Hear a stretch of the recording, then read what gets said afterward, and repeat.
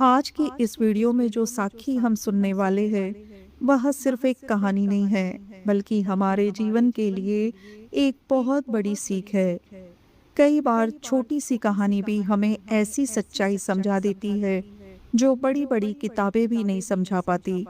इस साखी को सुनकर हमें यह सोचने का मौका मिलता है कि हम अपनी जिंदगी कैसे जी रहे हैं और हमें असल में क्या करना चाहिए। अब आइए इस साखी को सुनते हैं और समझते हैं कि इससे हमें क्या सीख मिलती है। धन गुरु नानक। एक बड़ी प्यारी घटना है। अब्दाली सबने सुना होगा, सबने चार साहिबजादे पिक्चर देखी है। अब्दाली सब जानते हैं।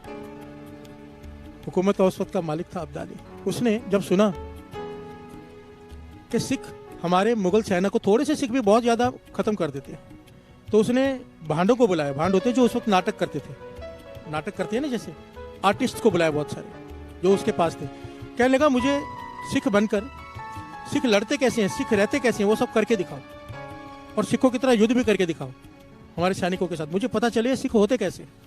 सुना है कि कुछ लोग आते हैं और सैकड़ों को मार के चले जाते हैं। प्यार से बोलिए धन गुरु नानक। और जो हमने सब कुछ लूट कर लिया था अब्दाली, रात रात को लूट कर लिया था साथ संगत जी। रात को जाते, दिन में जाता था, सारे गांव को लूट लेता था, वहां की बहू बेटियों को बंदी बना कर ले आता था। और सिख क्या करते थे रात के वक्त, क्योंकि रात के वक्त ये मुगल सेना शराब पीती थी, बहुत मदमस्त हो जाती थी, तो वो थे हजारों लाखों की तादाद में सिख थे थोड़े, तो वो इंतजार करते थे रात का। रात के वक्त वो हमला करते थे। रात के वक्त अब्दाली की सेना को मार कर सबको छुड़ा कर ले जाते थे, हिंदू बहू बेटियों को। और लोगों ने मजाक बना दिया 12 बजे का, क्योंकि ये अब्दाली की सेना चिल्लाती थी जब सिख हमला करते थे, कहते थे 12 बज गए, 12 बज गए। कहने का मतलब है रात के 12 बज गए, सिख आ गए। वो आते थे हिंदू भाइयों बहू बेटियों को छुड़ाने, और आज लोगों ने उसके मजाक बना के रख दिया। प्यार से बोलिए धन गुरु नानक। धन गुरु नानक। होना चाहिए था सत्कार। क्यों आते थे? अपने लिए नहीं आते थे, दूसरों की बहू बेटियों की इज्जत बचाने आते थे।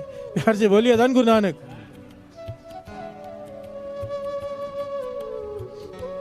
खैर बात बीच में आ गई। अब्दाली ने कहा मुझे करके दिखाओ सिख कैसे करती है। तो उन्होंने, आर्टिस्ट ने, वो भांडों ने सिख का वेश धारण किया और उसी तरह से बातें करने लगे, उसी तरह से चलने लगे। अब्दाली कहने लगा ठीक है सब कुछ हो गया, अब युद्ध करके दिखाओ। वो कहने लगे सिख युद्ध से पहले अरदास करते हैं। तो कहने लगा करो अरदास। तो इन आर्टिस्ट ने 40 के 50 थे, इन्होंने अरदास की सिखों के जैसे खड़े होके कि युद्ध करने जा रहे हैं, हे गुरु महाराज हमारी फतेह हो, हमारे एक एक सैनिक सैकड़ों को काटे। प्यार से बोलिए धन गुरु नानक। डरे नहीं। ये अरदास करके युद्ध शुरू कर दिया और इन लोगों ने सचमुच अब्दाली की हजारों की सेना को खत्म कर दिया। प्यार से बोलिए धन गुरु नानक। अब्दाली चिल्लाता रह गया बस करो हो गया, मैं समझ गया, पर वो मारते रहे। आखिर में जब खत्म हुआ तो कहने लगे तुम्हें क्या हो गया था? तुम्हें कहा था नाटक करके दिखाओ, तुमने हजारों मेरे आदमी मार दिए। कहने लगे पता नहीं क्या हुआ, जब अरदास की तो मन जुड़ गया अरदास में, तो अरदास में कौन सी शक्ति वर्ती वही जाने। प्यार से बोलिए धन गुरु नानक। धन गुरु नानक। संगत जी, अरदास करते वक्त हमारा भरोसा कितना मजबूत होना चाहिए। बिना भरोसे के अरदास अधूरी है।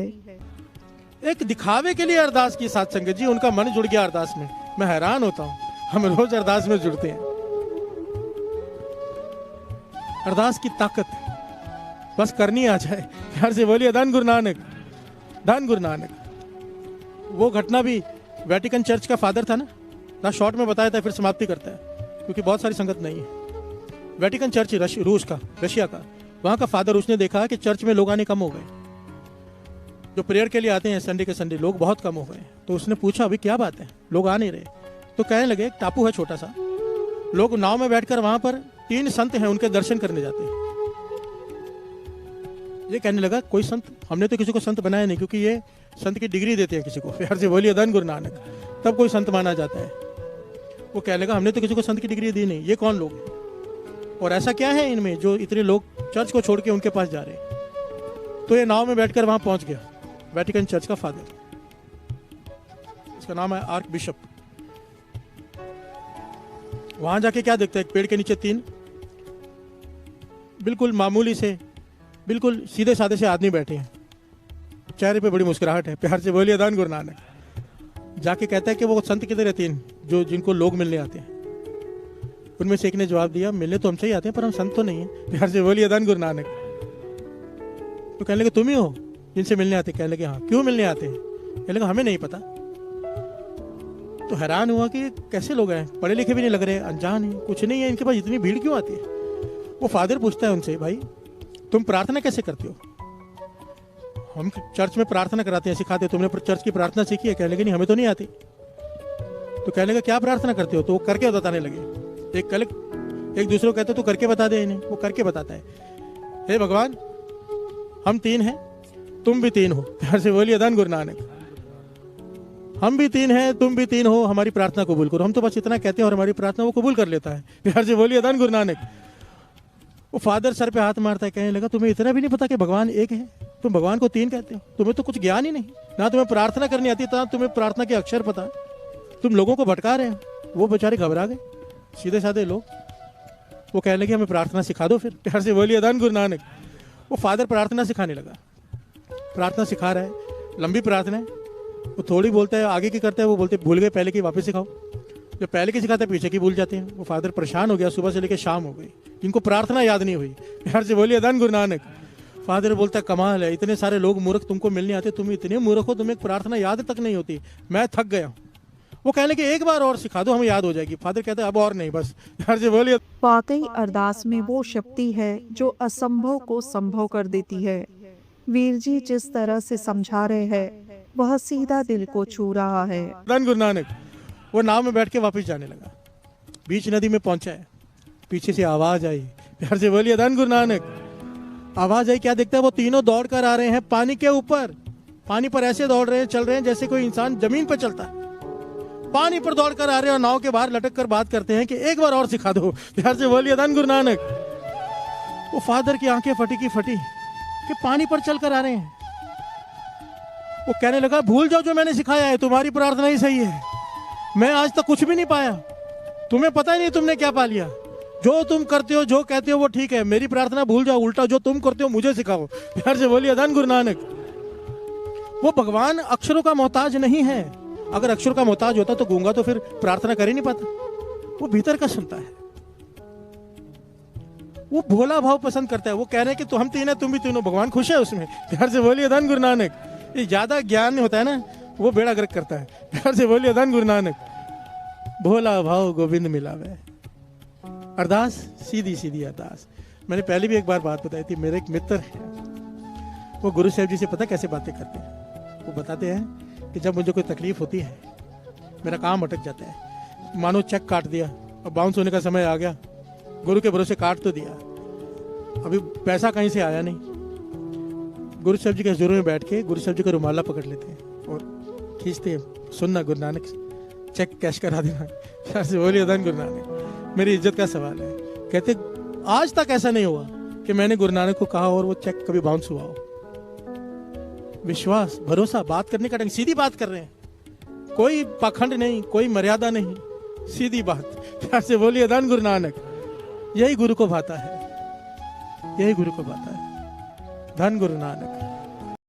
एक सवाल अपनी आप से पूछिए, जब जीवन में सब रास्ते बंद हो जाते हैं, जब मेहनत के बाद भी परिणाम नहीं मिलता, जब मन टूटने लगता है, तब इंसान क्या करता है? अक्सर उस समय इंसान अरदास करता है। लेकिन क्या आपने कभी सोचा है कि अरदास वास्तव में क्या है? क्या यह सिर्फ शब्दों का उच्चारण है या इसके पीछे कोई गहरा आध्यात्मिक और मनोवैज्ञानिक सत्य छिपा है? गुरमत में अरदास को केवल मांगने का माध्यम नहीं माना गया, बल्कि यह अपने अहंकार को झुकाने का तरीका है।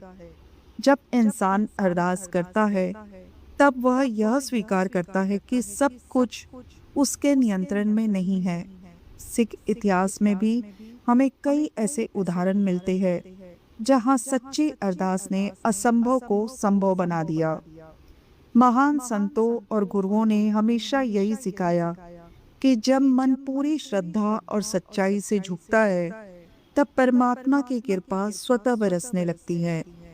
गुरु नानक देव जी ने भी यही संदेश दिया कि परमात्मा से जुड़ने के लिए किसी दिखावे की जरूरत नहीं होती। उन्होंने कहा कि सच्चे दिल से किया गया सिमरन और अरदास ही इंसान को भीतर से बदल देती है। अब यहाँ एक महत्वपूर्ण बात समझने की है। बहुत लोग कहते हैं कि हम रोज अरदास करते हैं, फिर भी हमारी बात क्यों नहीं सुनी जाती? इसका कारण यह है कि अक्सर हमारी अरदास दिल से नहीं, केवल शब्दों से होती है। हमारा मन कहीं और होता है और शब्द कहीं और। सच्ची अरदास तब होती है जब इंसान का मन पूरी तरह विनम्र हो जाता है, जब वह केवल मांगता नहीं बल्कि यह भी स्वीकार करता है कि जो भी होगा वह परमात्मा की मर्जी से होगा। दूसरी बात यह है कि अरदास हमेशा तुरंत परिणाम देने के लिए नहीं होती। कई बार अरदास का असर हमारी परिस्थिति पर नहीं बल्कि हमारे मन पर होता है। जब इंसान सच्चे मन से अरदास करता है, तब उसका डर कम होने लगता है, उसका मन मजबूत होने लगता है और उसे अंदर से एक अजीब सी शांति मिलती है। यही अरदास की असली ताकत है, क्योंकि जब मन मजबूत हो जाता है तो इंसान हर मुश्किल का सामना करने की शक्ति पा लेता है। इसलिए अगली बार जब आप अरदास करें तो केवल शब्द मत बोलिए, कुछ पल के लिए अपना मन शांत कीजिए, अहंकार को छोड़ दीजिए और पूरी सच्चाई से परमात्मा के सामने झुक जाइए। क्योंकि जब अरदास दिल से निकलती है तो वह केवल आसमान तक नहीं जाती बल्कि इंसान के जीवन को भी बदल देती है। और शायद यही कारण है कि गुरमत में कहा गया है, सच्चे दिल की अरदास कभी व्यर्थ नहीं जाती। वीडियो पसंद आई हो तो लाइक और शेयर ज़रूर करिएगा। मिलते हैं नेक्स्ट वीडियो में। धन गुरु नानक।